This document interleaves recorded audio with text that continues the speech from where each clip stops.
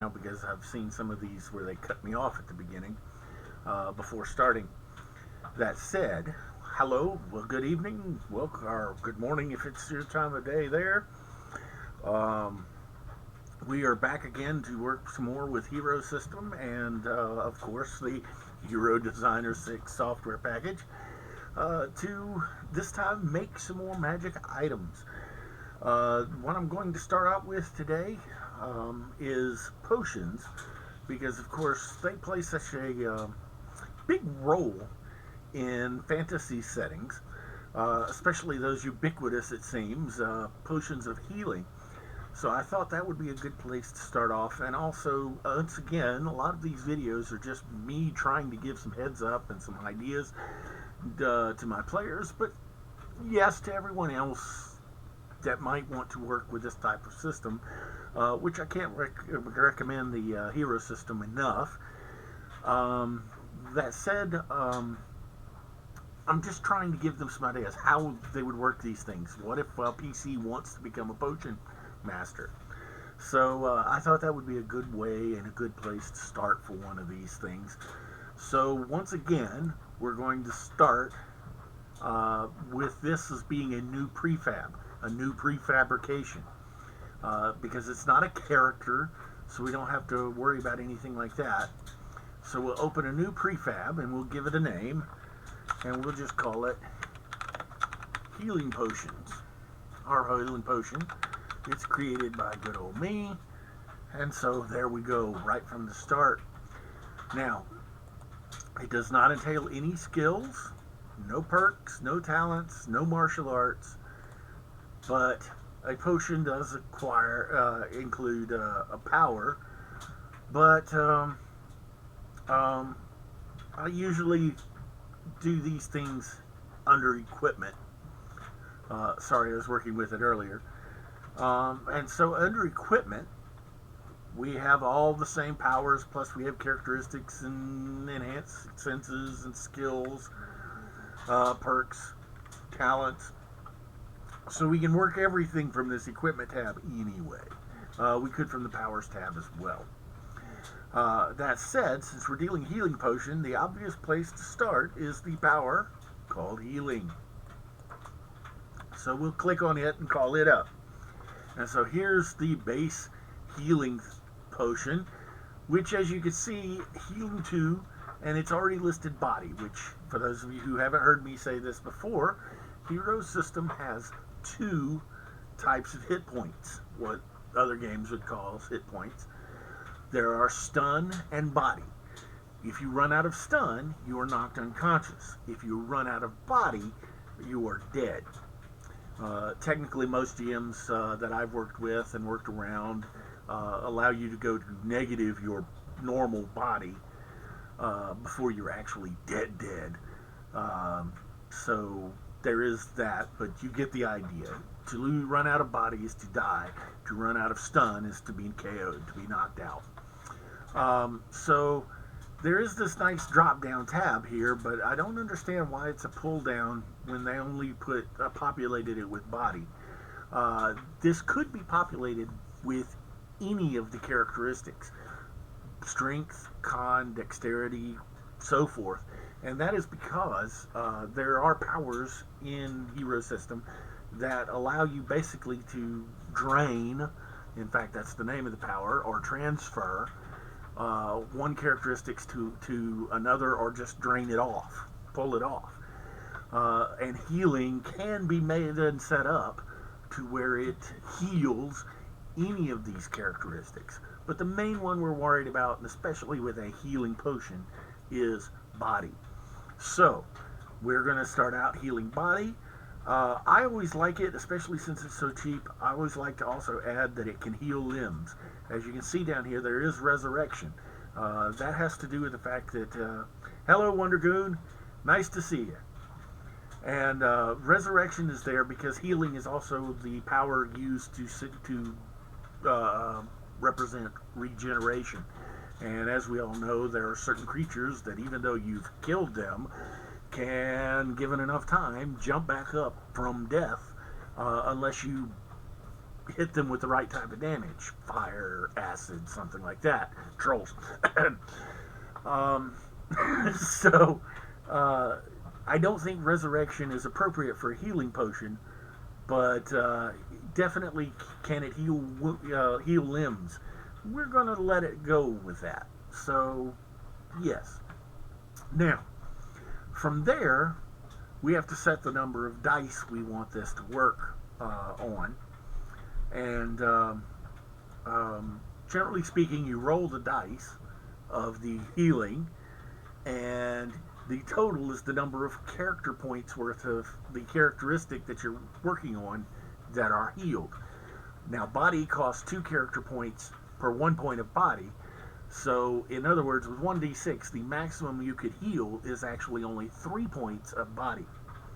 So, that's a little weak considering the average person already has 10 body. So that might be a little weak. So we're going to go ahead and bump that up to 2 dice. I think that's good enough because at that point that's 12. That means this little potion, gem of a potion, is going to do a maximum of 6 body. On average, it's going to heal back roughly 3 to 4. So that sounds like a reasonably good potion. It's powerful enough that it's going to give you some effect, but it's not so powerful that you've gone from near death to all of your health is back. So I'm going to leave it at 2 dice. So now we're going to add modifiers. We're going to add things that change the power and the way it works.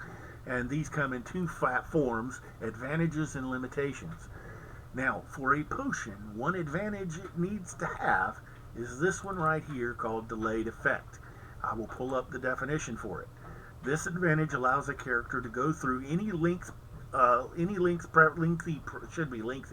preparations needed to turn on a power, then keep that power ready before using it. So essentially, this means you can prep making these potions and then use them later.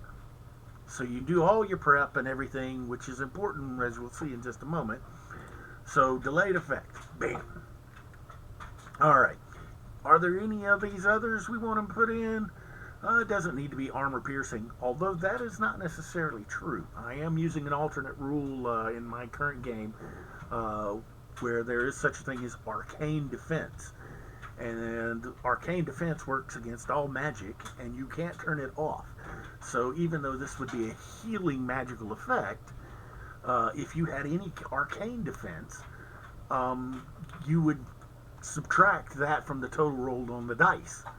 So if you had 3 points of arcane defense, I'll get to that in a second.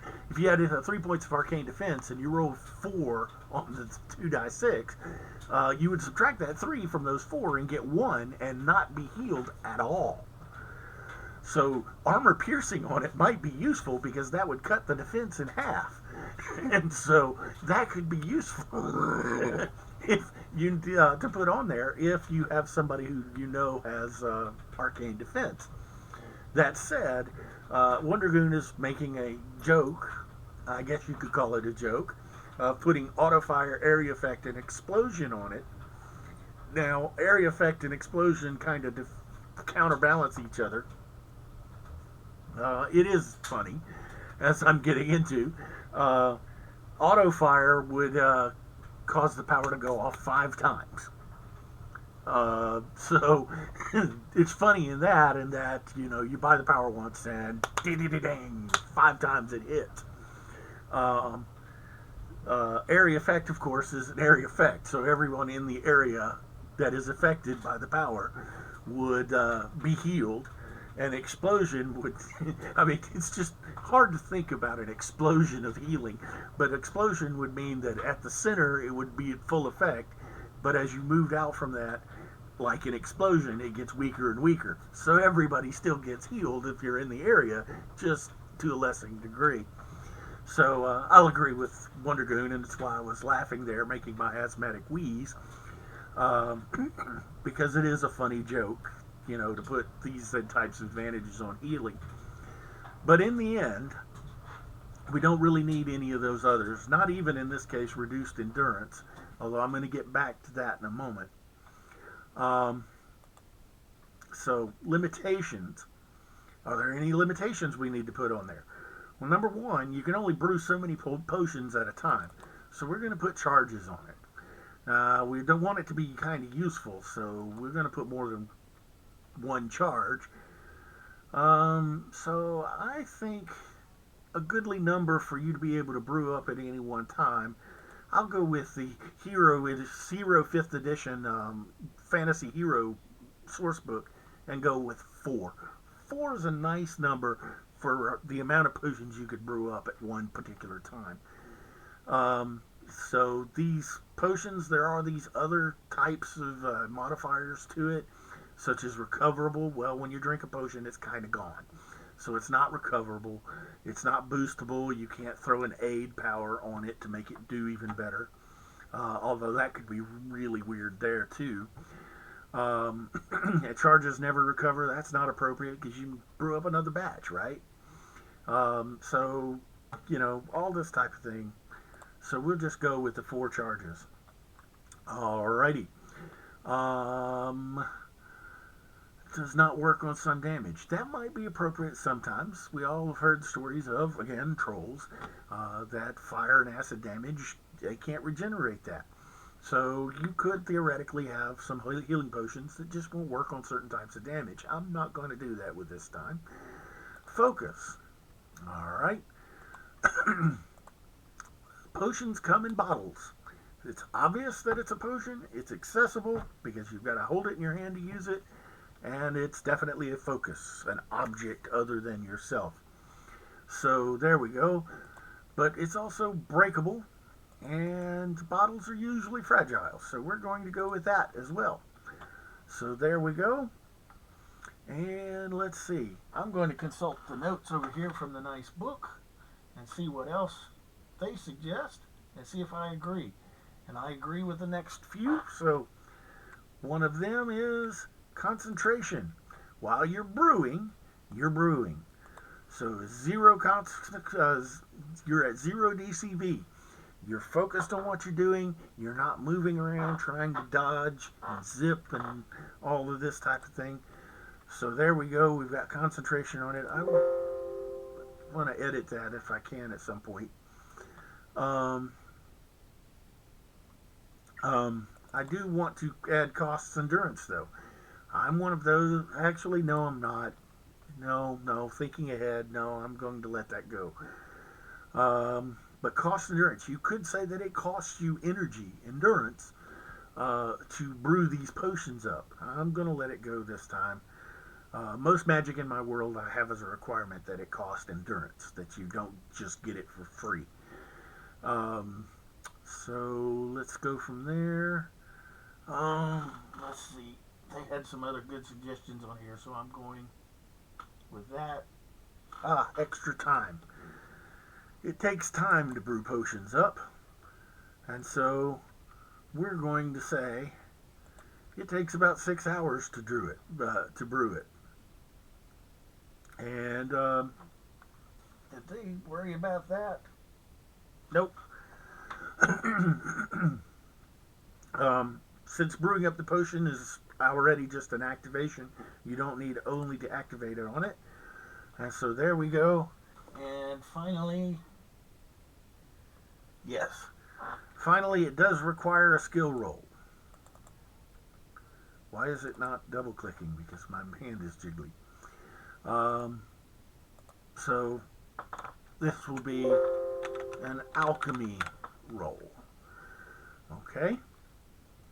And I like there to be a penalty on the skill roll, but I don't like it to be. Normally, these skill rolls have a penalty of -1 on the skill roll for every 10 active points of the power. And I'll get to active points in just a moment. I like making that -1 for every 20. I'm not out to kill my players, if you will. If it happens, it does happen, and it has happened in the past, and almost certainly will again in the future.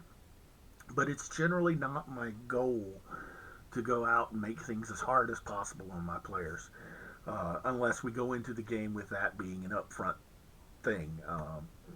I mean, I've played in a game system called Paranoia, so I have been in games where the specific purpose from the beginning was to make life as hard as possible on players, if not outright kill them. So there we go. And I like that, and that's a pretty nice setup. Now, the reason I was going about cost endurance is because charges here, if putting charges on something makes it where it costs no endurance. So that's why I was vacillating a little bit on whether or not to have this cost endurance. Yes. That's what I was looking for on the concentration. You must concentrate throughout use of constant power. In this case, while you're brewing the potions up, you have to concentrate and do that alone. If your concentration is broken, you've got to start all over again. So, there we go. And now this discussion of active points versus real points. Active points that you see over here, where my cursor is, going back and forth, is essentially a measure of how strong, how potent a power is. So with 31 active points, this is now actually a pretty buff potion. Active points come into the cost of the power is initially 10 points per die of healing. We put one advantage on it, delayed effect, and that increased the amount of active points in the power. Advantages add to the active cost. Limitations, on the other hand, give you a break on the active cost. And so we see here that if somebody wanted to just pay for being able to make these 4 potions, 4 at a time, their real cost that they'd have to pay in character points is only 4, not the 31. So again, active points kind of give you a gauge on exactly how potent the power is, whereas limitations can reduce that cost a little bit, or a lot in this case, and bring down to the real cost, which is the character points you would have to pay for it. And again, this is why I love this software, because it keeps track. There's a lot of math going on in the background, and I'm not going to describe it for you, so don't shut me off yet.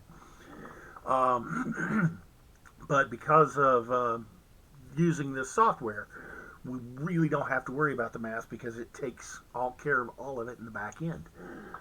If you know what it's doing, that's good, but you don't have to play this system.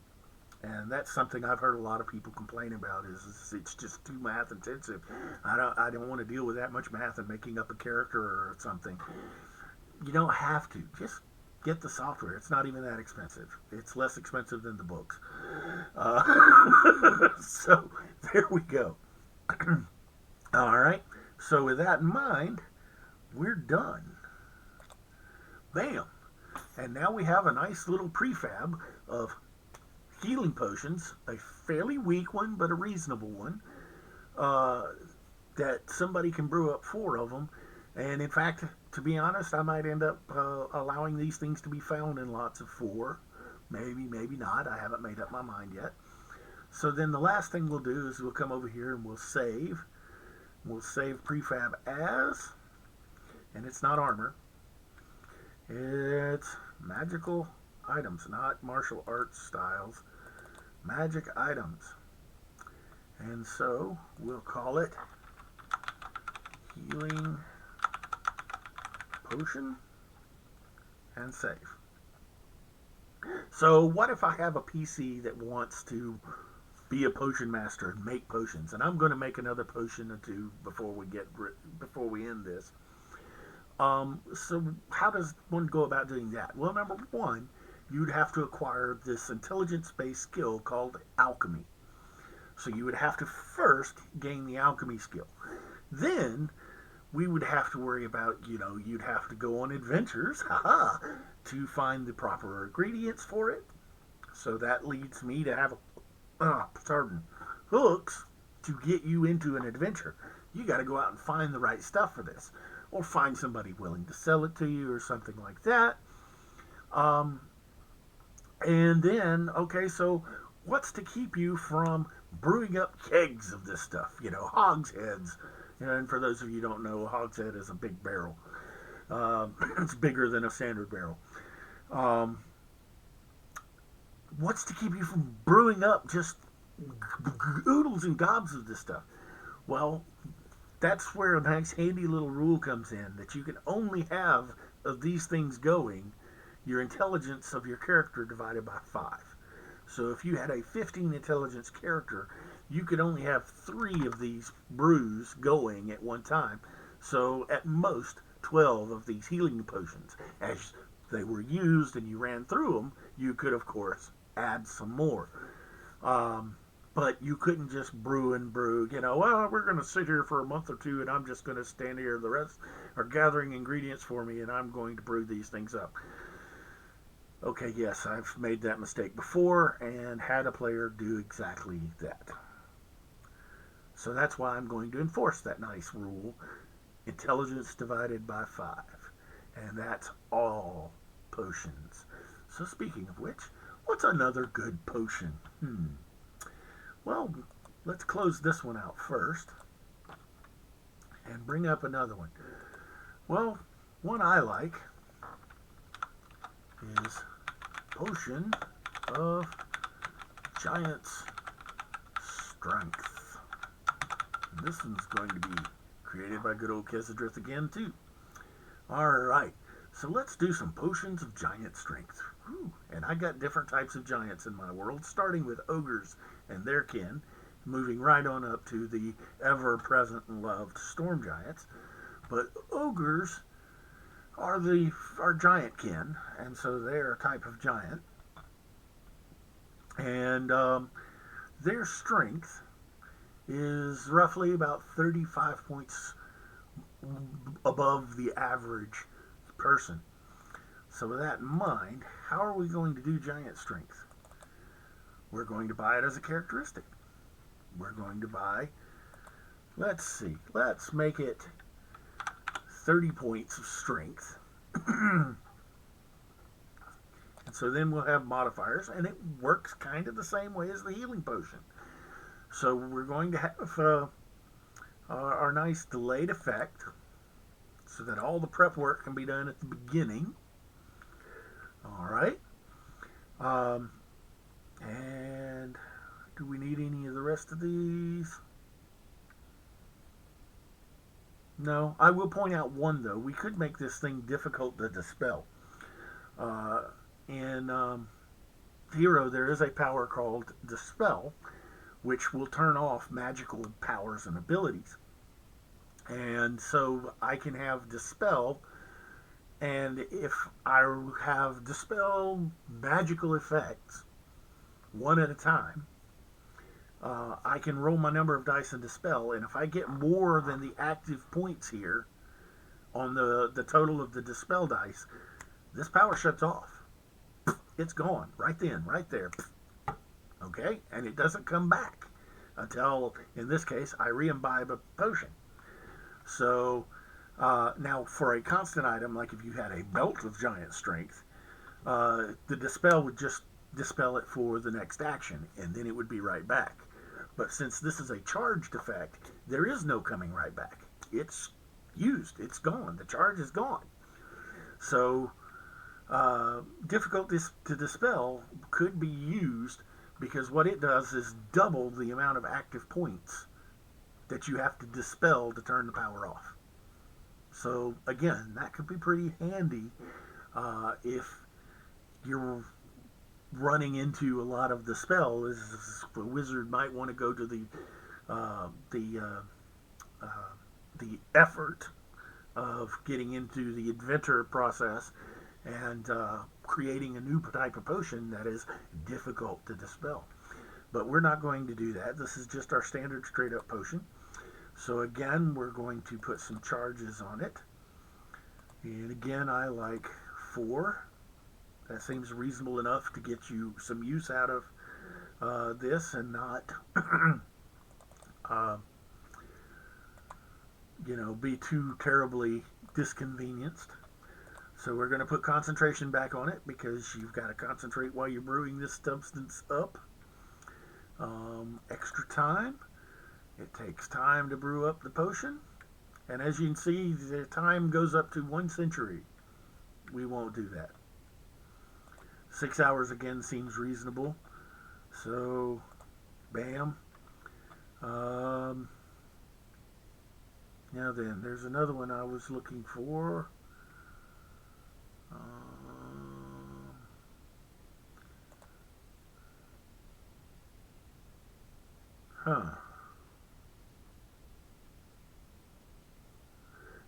Well, I was going to get to focus in a second, yes, but I was actually looking for the disadvantage does not affect figured characteristics. Ah, there it is.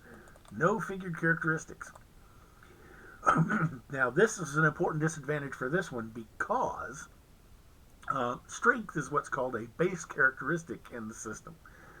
And everybody starts off with 10, or if you're particular races, you might start off with less, but the average human has 10 strength to start out with.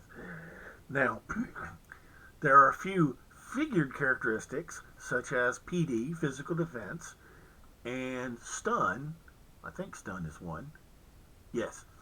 That are figured from your strength. So if that limitation, no figured characteristics, were not on there, this 30 points of strength would figure into their PD and their stun while it was in effect. No bueno.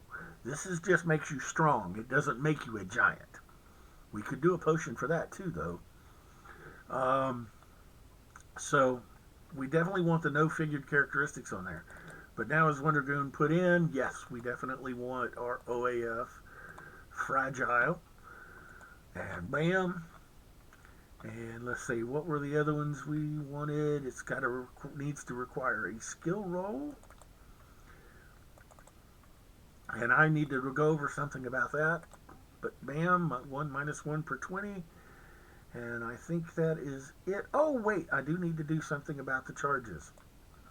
This is why I wanted to do this second type of potion.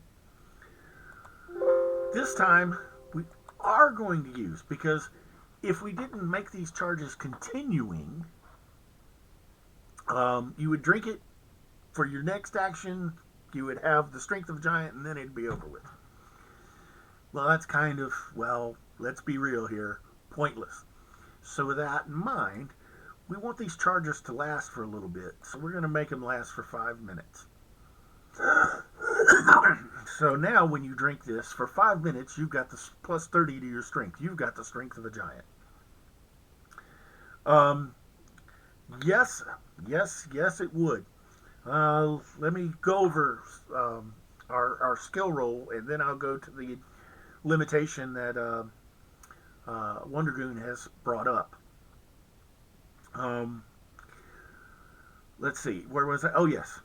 So this particular potion that we've now completed has an active point cost of 37. So our skill roll has a minus 1 for every 20 points. So in this case, 37 divided by 20, you got to do some math, sorry, is going to be nearly minus 2, so it's minus 2. So if your alchemy roll was 13 or less, by the way, that's on 3 die 6. Roll 3 die 6, total them together, and if your alchemy skill was at 13 or less, you're trying to get on that 3 die 6 roll 13 or less. Well, if you were making this potion, you would actually subtract 2 from that 13, so you'd only succeed on an 11 or less on 3 die 6 now. So, there we go. That's why I made it minus 1 on the roll per 20 points, because if it was the standard minus 1 per 10, this would actually be a minus 4 to the roll.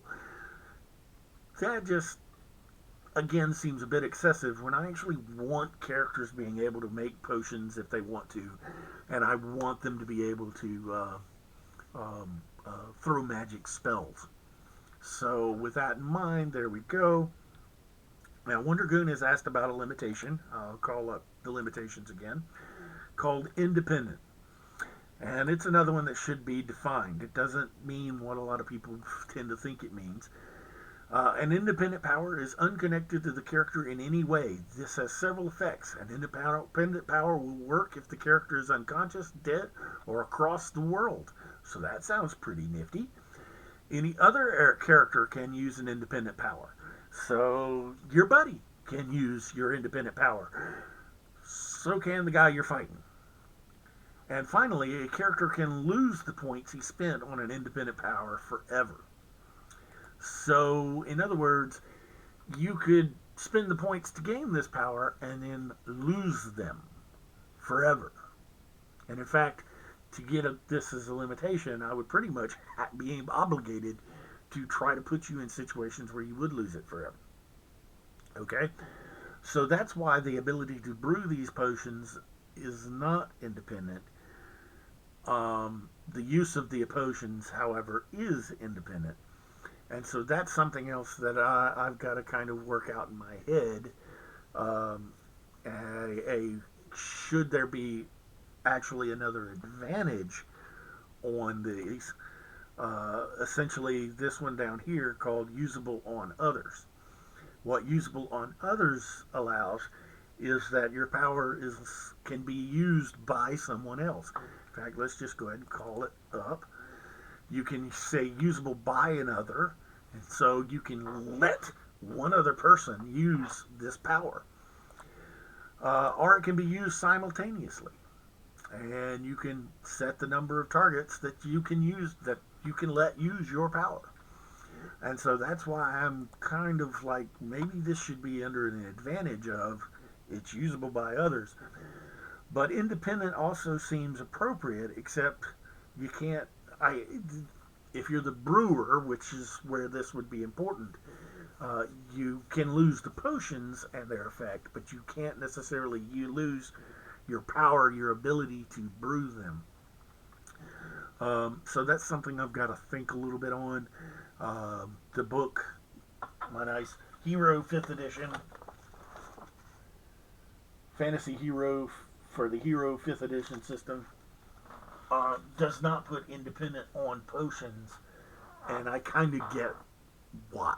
Because as I was saying, you may lose the potion and it may work for somebody else, like independent says, but you can't unless you're mind stripped or something like that. You're not going to, in any way, shape, form, or fashion, lose the ability to brew up more of the potions. So it seems me more like the advantage usable by others, more so than it seems it's a independent. But I can argue independent as well. And anyway, so for the moment, we're going to say that potion is also ready. I do want to point out, again, the active points on this potion is 37. The real cost, the cost the player would have to pay to have this power, which I did have a player want to be able to create potions of invisibility as a power at the start of the game. And I told him that would be fine, but he would have to pay the character points for it.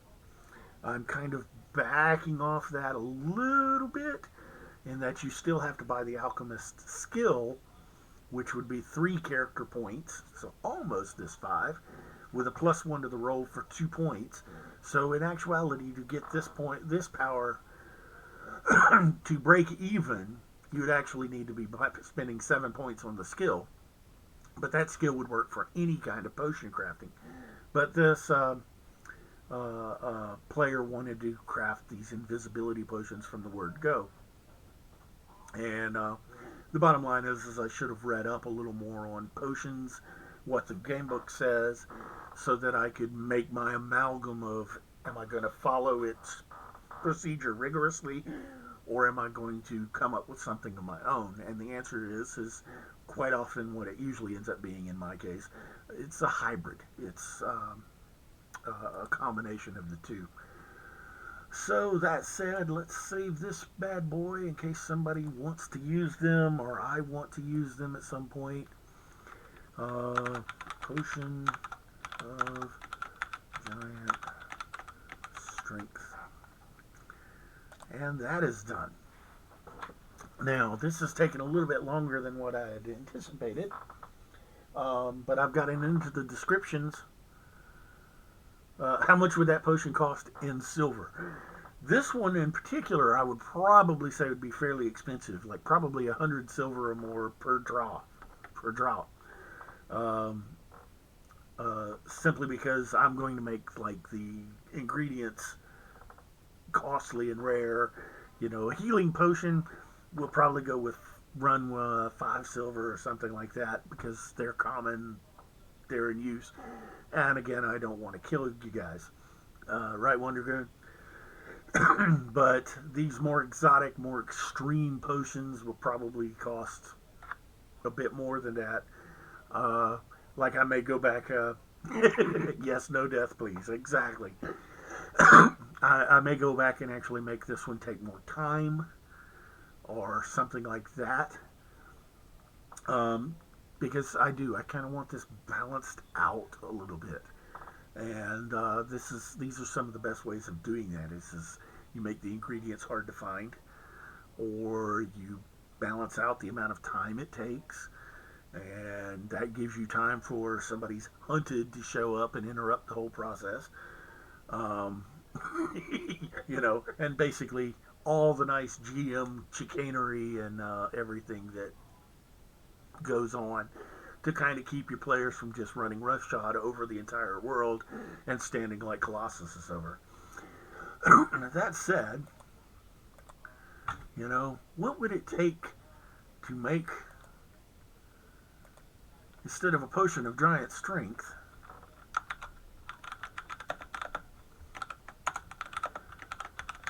let's make you a giant. Holy crap. You can do that? Sure. So we come over here. And one of the first things about giants is, of course, their size, right? So there's a power for that. It's called growth. And so we can sit here and add growth onto it. What does growth do? Well, it adds 5 for each level of growth you have. It adds 5 to your strength, 1 to your body, 1 to your stun. It makes you harder to knock back. In other words, when you get hit with a weapon, you have a tendency to be staggered and knocked back, right? Or in superheroes, to literally be blown backwards. Well, for each level of growth, you subtract 1 inch, and this is a game inch. So that's this game is often played into the help of a hex map that has 1-inch sized hexes, and hence the 1 inch. Each inch represents 2 meters. So, big damn hero juice. Yes, that's what we could call this. So, for each level of growth, you get minus 1 inch, 1 game inch, or 2 meters of being knocked back, being blown backwards. You gain twice the amount of mass. Normally, you would be 100 kilograms of mass. With 1 level of growth, you're at 200. But you get to be easier to hit, easier to see, and you're taller, now 2.5 meters tall instead of 1, and you're wider. So for a real good giant feel here, let's make you about 4 meters tall. And so that takes 3 levels of growth. It's 15 active points, so it's not a terribly big power. So actually, I'm going to drop out of this because that's 15 plus 15 points of strength. That's, while you've got the size, you don't have the strength of the giant. So let's come in here and make what's called a compound power. All right. So the first thing we're going to add, because we already know we want it to have about 3 levels of growth, is we're going to add a little extra strength. Okay, how much extra? Since this is a little bit bigger than an ogre, we're going to add 20 points of strength to the 15 we're going to get to the growth for a total of 35.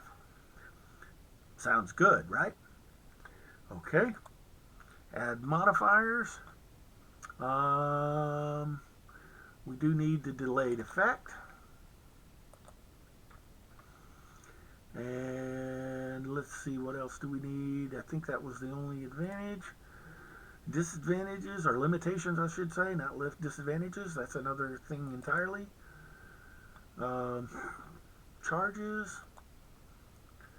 You know, on this one, though, let's make it difficult. We're only going to brew 2 charges, 2 jolts of this stuff at a time. We're going to make them continuing again. And we're not going to have them last for days or years or anything like that. 5 minutes seems a good amount of time again. Okay. Concentration, must concentrate throughout. 0 DCV. So some of this becomes old hat because it's the same thing over and over and over and over again. Focus, because it's usually kept in a glass bottle. Let's see, where's our extra time? This does take hours, and in fact this one I'm going to say takes a whole day to brew this stuff, because this is going to be potent juice, right, Wonder Goon? Alright, and I'm going to leave the no figured characteristics off, because this is making you into a giant. So part of the being a giant is his strength is part of his whole body. So this is actually going to, again, this is not just giving you the strength of the giant, this is making you a giant. So this is giant juice. So we're going to leave the no figured characteristics off, but we are going to put the skill roll on there. And I think we're done with that. And okay, so now, right off the bat, this power is 25 active points, and it adds 20 to your strength. Now we'll go back, and we'll add in our growth. I'm not sure Wonder Goon would allow this in one of his games. But there we go. We add back our 3 levels of growth. So that's going to be plus 15 more strength, as well as 3 body, 3 stun. You're minus 6 meters subtracted from what would normally knock you back. You have a mass of 800 kilograms. Your DCV, your defensive combat value, how hard you are to hit, is now 2 points lower than it was. And you are 2 points easier to perceive, to see, because you're 4 meters tall and 2 meters wide. Okay? So, we now need to put the same modifiers. So, delayed effect.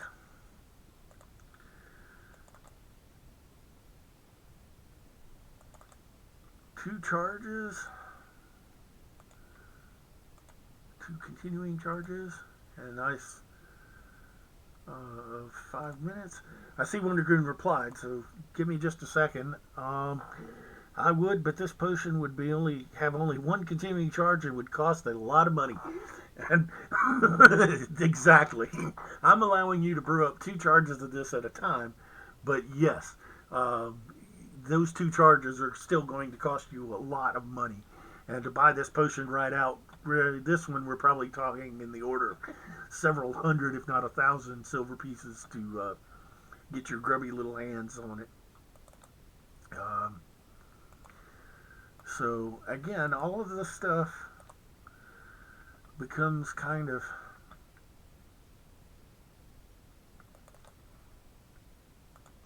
old hat and old place. You get to where you know where to look, you know what you're doing after you've done it enough. And I think that is it.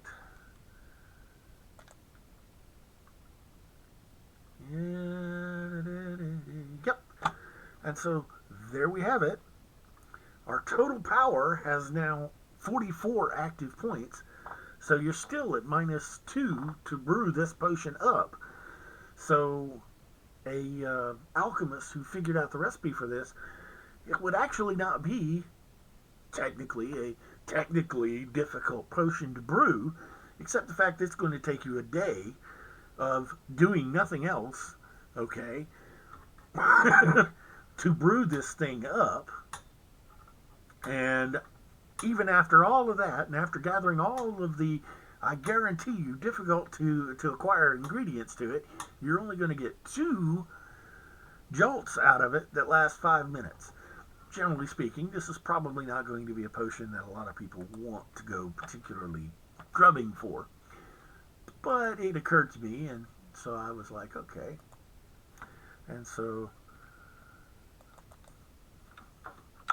we'll call this potion again of the giant. I am not one that really agonizes over the names of certain items and spells and things like that in these games. All right. So there we have it. There's 3 different potions we've made up in the course of 45 minutes. And so now I'm going to throw it open. Is there something else that people are interested in? And so I think we still just have Wondergoon here playing along with us. So anything you would like to see, Wondergoon? Now I wait to see him if he types back.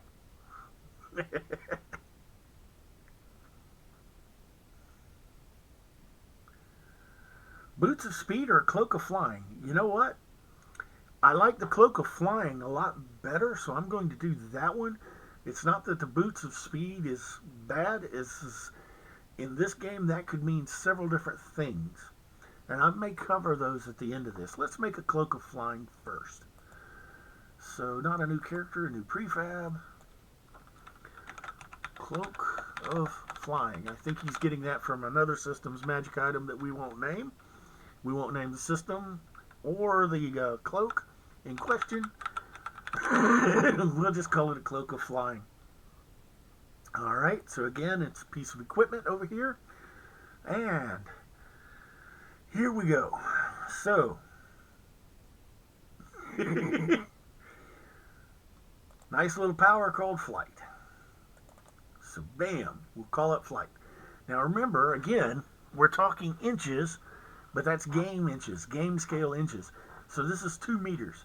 So in general, for instance, I'm going to make this worth 10 inches of flight.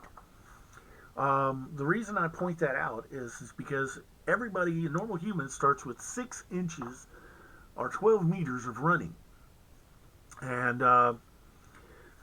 you can get into how fast that actually represents, in that most people, the average human, has a speed of 2. That means they get to act twice in a 12-second turn. So over the course of 12 seconds, this person can move 12 meters or 1 meter per second. And this is in combat. We'll get into the other in just a second. So that's actually pretty fast when you're dodging and trying to pay attention to what's going on around you to avoid getting punched or sword cut or something like that. But we can also add to the non-combat speed. You do have double double this value, or double the 6 inches in the case of the normal running, that you can do out of combat. You can use that in combat, but now your DCV is half. Your defensive combat value is halved, because you're now no longer paying attention to what's going on around you and trying not to get hit. You're just flat out booking it. Okay? So 10 inches means that this cloak will already allow you to fly faster than the average person can run. So we'll go with that. Magic tends to go pretty on the heavier side. So we'll go along with that. Now, if we wanted to do a Cloak of the Falcon, say, we might click on, and this is why I was bringing up the non-combat, we might click that button right there, and now, out of combat, this becomes 40 inches per phase, per action. And so now you're doing let's see, what is it? 80, 160 meters in 12 seconds, and you get the idea. Okay? So we're not going to do that. We're just making a cloak that allows you to fly, not a cloak that allows you to zoom. All right. So, what kind of options do we want to make on this thing? I am, because it's no fun only flying for, half a minute or something like that. So I'm going to reduce the endurance to half of the normal endurance. Normally, you would be paying endurance essentially one endurance for every 10 active points. So this would be 2.5. So 2 endurance per phase, per action that you do. So right now it should be about 1, I'm believing, with it being half. So you can fly for a good long time. Okay. You could add some things like no turn mode. Turn mode is that you have to fly so far or move so far in the direction you're going before you can turn by 1 hex phase. And then you've got to go that far again before you can turn 1 hex phase. No turn mode means you can sit up there and spin on the air. And in fact, since this is a magic item and a cloak, I'm not envisioning you having to sit here and flap the cloak to fly, although that would set a hilarious image. So we're actually going to make it no turn mode. And now we're going to do some limitations on it. I'm not going to make it where you have to concentrate to be able to fly, or extra time, but the cloak itself is a focus. And in fact, I'm going to say it's an obvious accessible focus. Obvious means you can see it. It's a cloak. Okay? Accessible means it can be grabbed. It's outside of your own defenses. It can be grabbed, snatched, targeted. So, there it is. I am going to make it breakable, but it's not fragile. It's durable. Somebody could tear this thing, rip it, break it in some way, or set it on fire, and ruin it. But it's not going to be the easiest thing in the world to do. So focus, gestures, that would be if we did have to flap the cloak to be able to fly.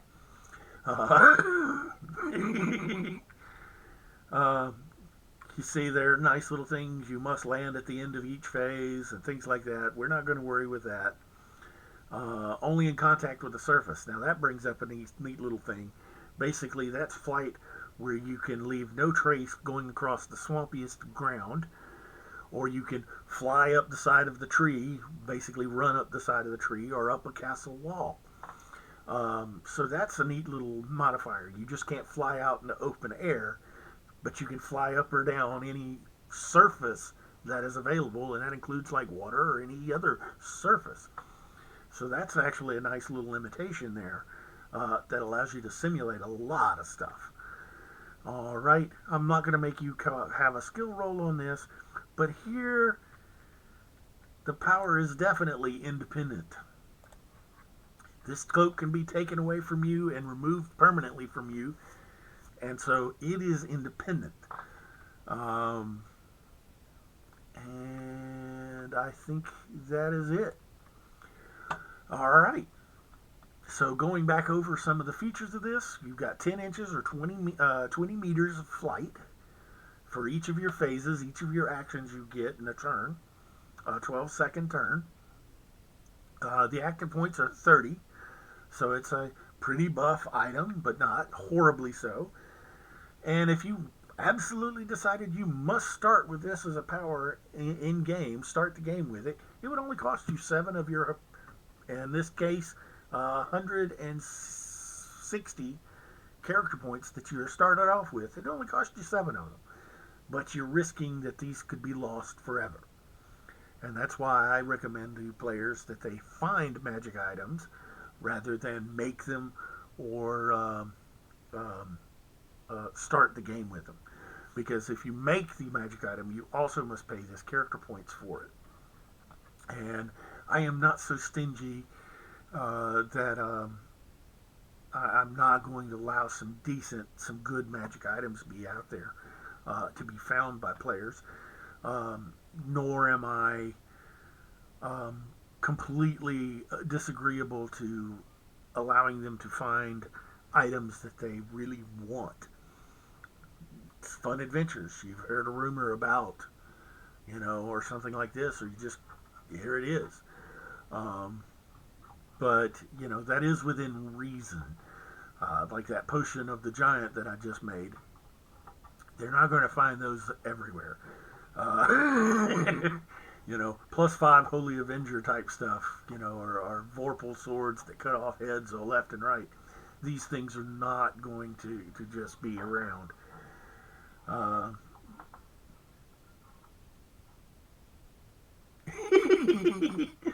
Yeah, I'm still sorry about that.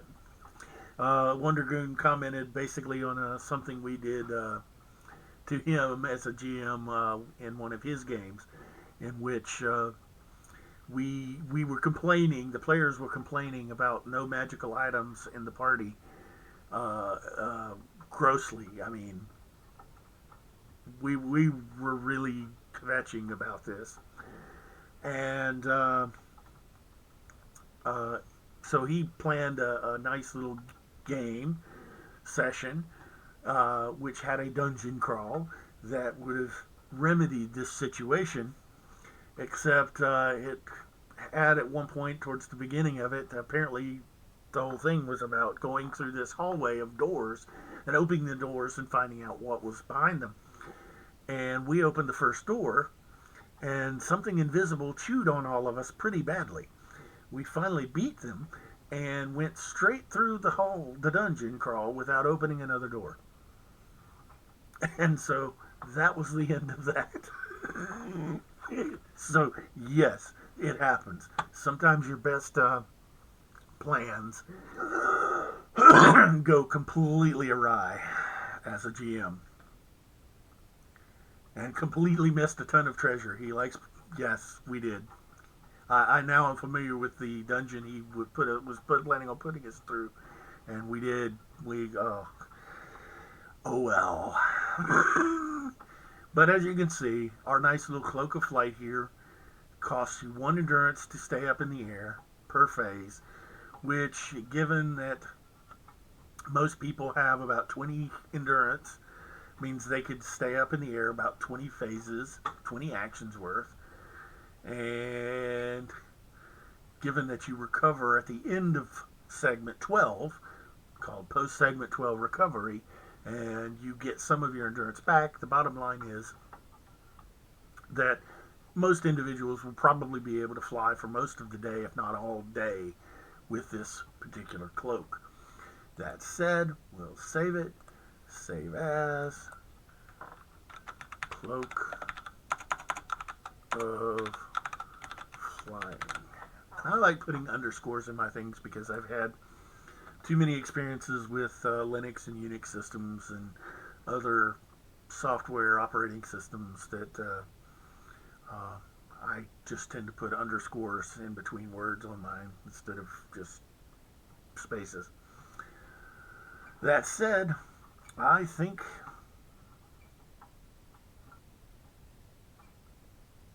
yeah. Wondergroom points out that essentially this is a 0 endurance item without buying it as 0 endurance. He's quite correct. The average person is probably going to get tired, and but it's going to be a long time down the road. Our heroes in these games are not going to get tired using this cloak. They're just not going to do it. Most of them have 6 to 8 recovery easy. Some of them might even have the full normal human maximum of 10. And considering maximum speed is 4, they're burning 4 endurance per turn with this, and they're getting 10 back at the end of the turn. So they'll fly all day, every day. And hence why I probably won't have more than one of these things available to them. Let's see. There was something that came up that I was going to go over in a minute. And I also see that my internet connection is flaking out on me, and I'm dropping. See it itself here in a second. It doesn't look like it's going to. Yeah, stream is stuttering a bit. It went through a bad patch there. Looks like it's.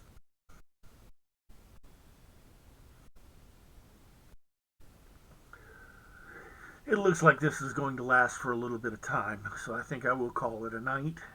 And if you have the ability to make comments on it anywhere, feel free to make comments. I might where